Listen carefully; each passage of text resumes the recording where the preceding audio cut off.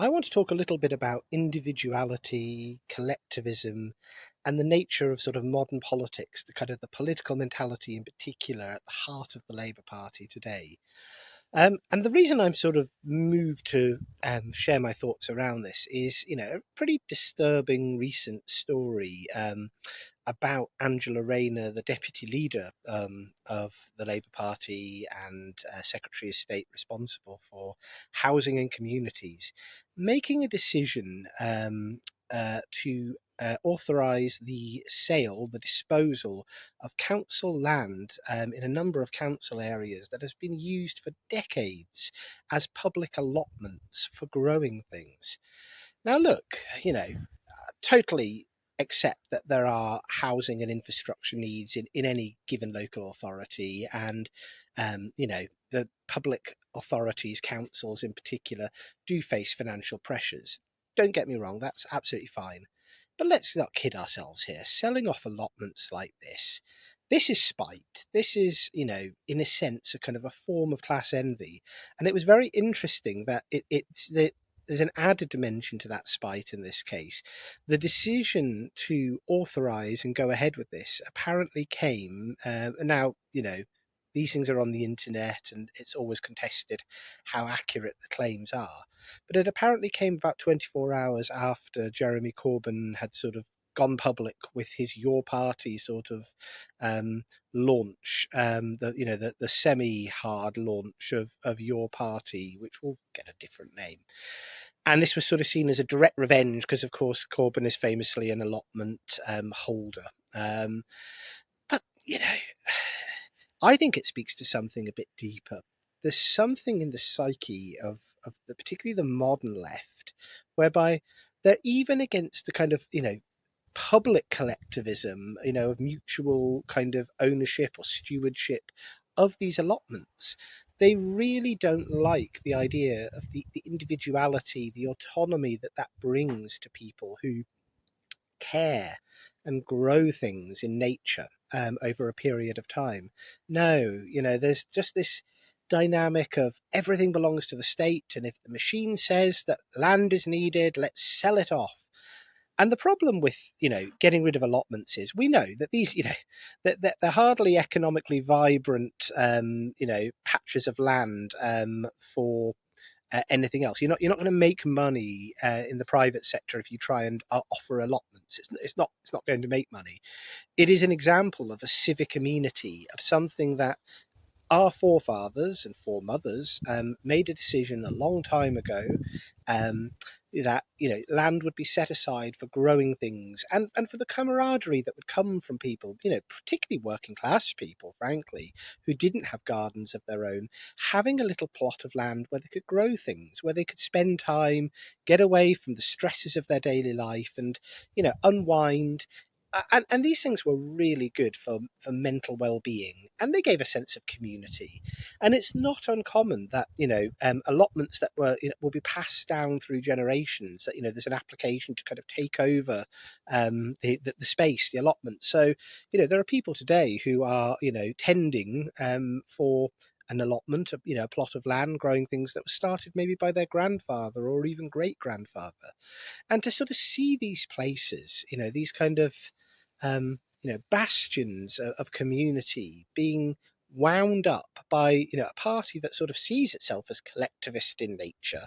Um, it's very revealing. It tells me something about the willingness of central government and to an extent local government to kind of trample over, you know, ancient norms, just those little things that give a little bit of joy in life, all in the nature of the plan.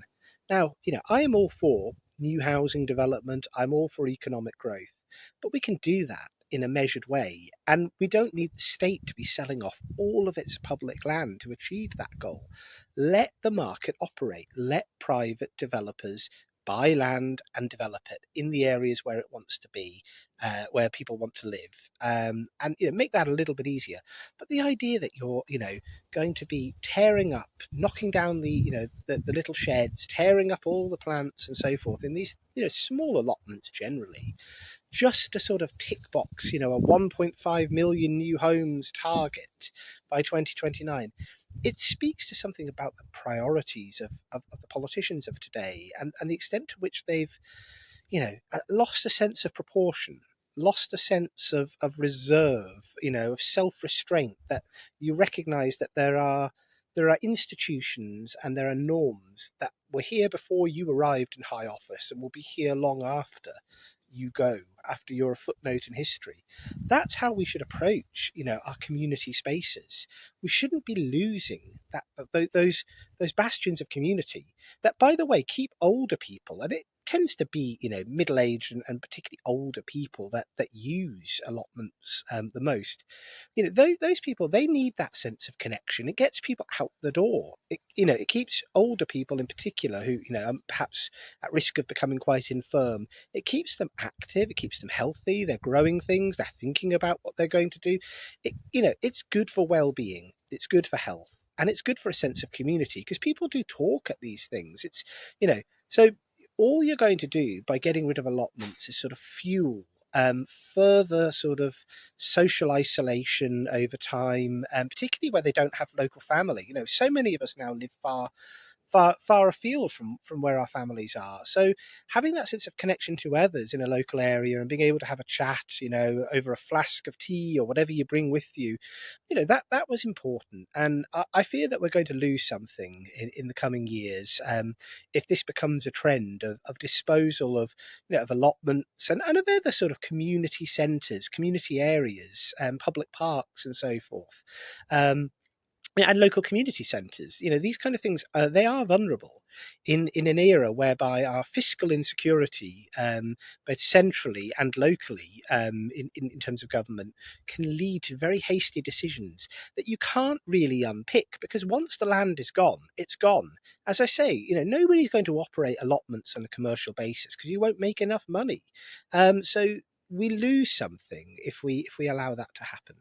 So yeah, that's just my take on things, and I think our connection with the land is really important. I think our ability to grow things says something about our humanity, and for me, that all of it's being put at risk, by this kind of 24-hour convenience culture of, we want to just build, we want to hit a target. It's the same sort of mentality whereby you have these people in the Treasury and HMRC and so forth, who don't really care, don't really get agriculture in Britain. They have a sort of an attitude of, well, if there's going to be food insecurity as a result of British farms disappearing, family farms going under, don't worry, we'll just import it. Convenience culture, on demand, just go on to Amazon and order, go fresh. It'll all sort of instantly appear. It's a mentality that's sort of, disaggregated from the geopolitical realities of the world, that food supplies can be, easily interrupted, but b, you know it's disaggregated from the fact that these communities matter. Farming matters, just in the same way that allotments matter. Our connection to the land is fundamental to who we are as human beings, and we don't want to lose that. We don't want everything to be mechanized and everything to be instantly on demand. You want to grow things as human beings. It's part of what makes us human, is to toil, is to make an effort in life, and to have that on our doorsteps, and to have an understanding of the work that goes into it. So I just feel that we're being governed at the moment by a political party that, you know, frankly has disdain for a lot of the people it governs. And in the case of Angela Rayner, I think we can see this as somebody who is possessed with sort of a class envy, kind of driven politics, and has a sort of, the machine is what matters, the state is what matters, and if the state needs it, if the state needs to fill a hole, if the state has a hole in its budget, we'll just sell off the land, no problem at all. And it's just not the way to be. It's just not the way, that I think politicians in the Labour Party, even 20, 30 years ago, would have behaved. And I think it says something rather ugly about the modern left, that needs to be called out. And those older social democrats, that with the sort of, the more traditional social democratic values, municipal socialism, social democracy, I don't think they're going to be particularly happy about this kind of endeavour either. So I hope that they'll find their voices, because these things do matter, and it's important to take a stance. And if you don't, then it just builds and builds and builds as a new norm, a new way of operating, and we don't want that. But our individuality matters, but also our sense of community and the intersection between individuality and community that things like allotments brought, I think was really important. That social autonomy, that ability to kind of commune in nature, work alongside each other, growing food, growing plants. You don't want to lose that.